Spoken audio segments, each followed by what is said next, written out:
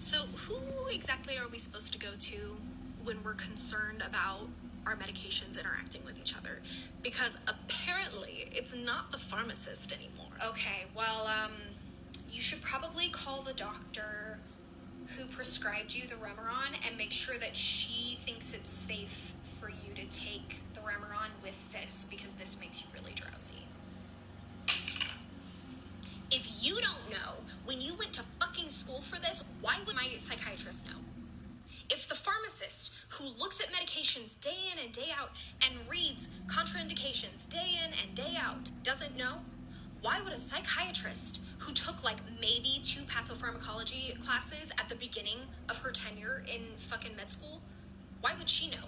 There's a lot to talk about with this video. So basically this person got prescribed Flexeril, muscle relaxant, and they were already on Remeron and lamotrigine, and this patient had a history of serotonin syndrome, and they were concerned because when they Googled their drug interactions, they found one with Flexeril, and I'm assuming Remeron because lamotrigine does not have serotonergic activity. Really is not pronounced effects. And she was upset that the pharmacist didn't talk to her about this interaction. She talked to her provider, the provider sent in a different medication, and when she went to pick up that other medication, that's when the pharmacist asked if she had any questions. And she was really mad because that other interaction wasn't mentioned before. And that new muscle relaxant flagged with the Remeron because they were both sedating. The pharmacist said, talk to your doctor about that interaction. So, videos like this trigger me. I get tagged in a lot of videos, but videos like calling pharmacists dumb, acting like they don't know what they're doing, acting like they're overstepping their, everything. It's a lot. I'm glad I'm not in retail anymore, so I don't feel as stressed out about this, but it is unfortunate. If you're on 3+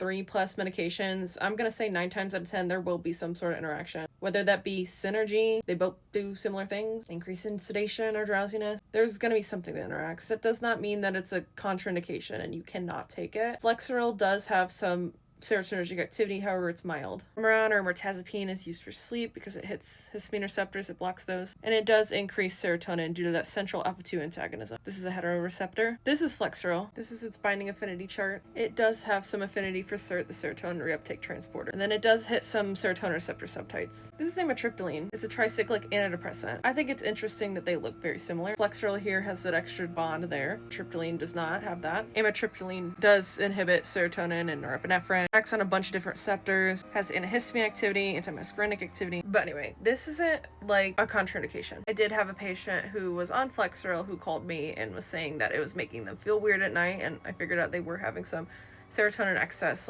symptoms because they were on other serotonergic medications. I will say with this, her being upset is justified to an extent, but it's mishandled. When you have one pharmacist running a pharmacy filling hundreds, maybe over 1,000 prescriptions a day, there's no it's not humanly possible for us to counsel on every single drug interaction. Also, I'm going to point out the diversion of responsibility that I think the United States healthcare system perpetuates, the American Medical Association, and stuff like that, so that when there is actually a moderate or significant drug interaction or issue or dosing issue, when you do, as the pharmacist, call the patient and try to let them know that, they get really hostile and tense. Or when they're in store trying to pick up their medication, they just want their medication. My doctor prescribed it, give me my med, put the pills in the bottle. And then if you call the office, you get a hold of a nurse representative. Well, that's what the doctor sent in after you're on hold for 15 minutes. Or you get a hold of the provider and then they also have some tension with you. That's what I prescribed. Really, you prescribed to split an extended release tablet in half. That was a conversation that I did have with the provider when he was really tense with me, and he immediately apologized and sent in the right dose. I don't know if the patient was even aware that that happened because I fixed it before they came in, but assuming that your pharmacist